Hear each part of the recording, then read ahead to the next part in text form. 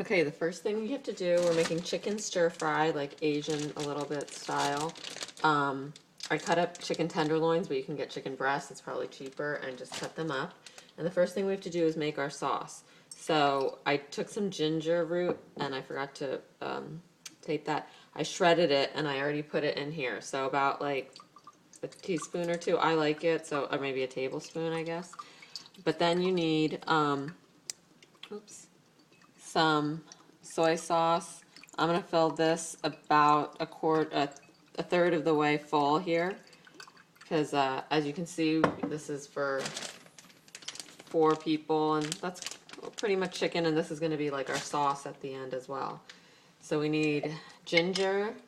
We put in some soy sauce, about a good teaspoon, spoonful of Dijon mustard goes in there.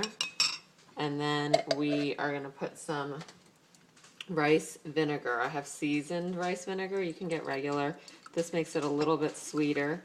So I'm putting in about, I guess, a quarter cup. There's a third of a cup of that. A quarter cup of the the vinegar. And then there's some brown sugar. So this adds a good sort of earthiness. So I'd say about a quarter cup, let's say, like, I don't know, 4 good pinches. And obviously it depends on how much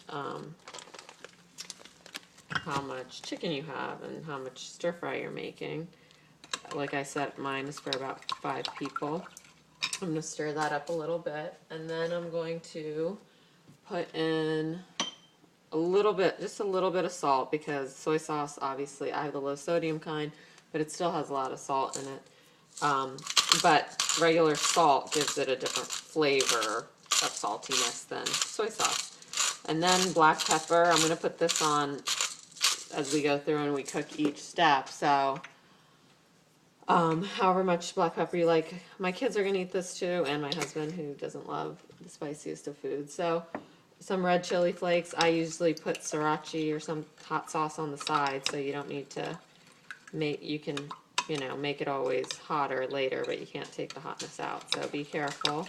And then you can use a fork to stir this. I just have a spoon, and I don't feel like getting a fork. So here is the sauce, and the mustard's not all the way dissolved, but it's fine. So, and like I said, I cut up my chicken already, so you can let this sit for a while, but there is vinegar in it, which, I don't know, you don't want chicken sitting in vinegar too long, so it's not one of those overnight things, but you can keep it in here, I'm sure, for more than a couple hours.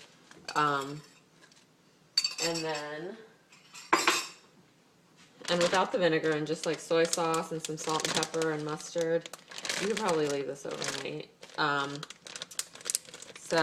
Okay, I'm just going to close this up, and I'm going to let this sit for me for about 20-30 minutes, and then we'll come back and see what we do next.